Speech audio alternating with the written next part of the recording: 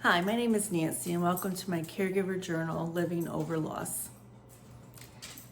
My husband died 15 months ago and it was not a surprise. It was a long journey with cancer and he died over a few days in the hospital.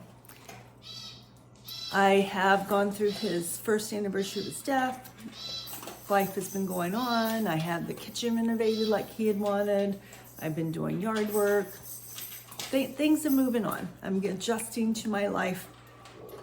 Other people would say things are looking great for me. You know, everybody thinks I'm fine. Last night, as we're at about the 15-month mark, and last night, normal night, I had had a nice day. I had kept a friend's child all day, so I had someone around. I wasn't alone. And I just got paralyzed. We have a dog that when she doesn't want to go into the vet or she doesn't want to have a bath, she just gets paralyzed and just goes limp and sits there. And I kind of felt like that on the couch last night, that I just wanted Dan back. And why was life like this? And then it goes into the, what's wrong with me? Why am I paralyzed? Why am I being like this? And it just goes back and forth with the emotions. And it just comes down to, I want Dan back. This is not what I wanted. Why am I living like this? Why am I doing this? And then yes, you know, life is great. I am so much better off than a lot of people in my situation.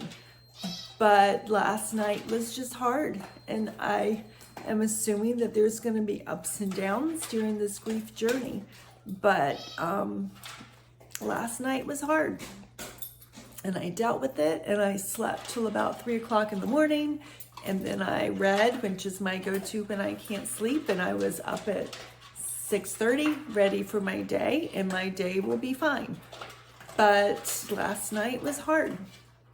And 15 months into this, I would think that the pitfalls were over, but apparently not. So grief is unexpected. Grief is unpredictable. Grief is balanced in with the rest of life, with work, with socializing with people, with saying you're fine, and grief continues on. So if you're watching this and you're living over loss, I hope that you're doing okay. I hope that you have an up day today. And I hope I don't get paralyzed tonight. But Dan and I worked towards me being okay. He wants me to be okay. Last night was strange and I don't understand it. And I think that's part of grief and living over loss. You just can't always explain things. And a lot of people want those explanations, but I think it's kind of is what it is.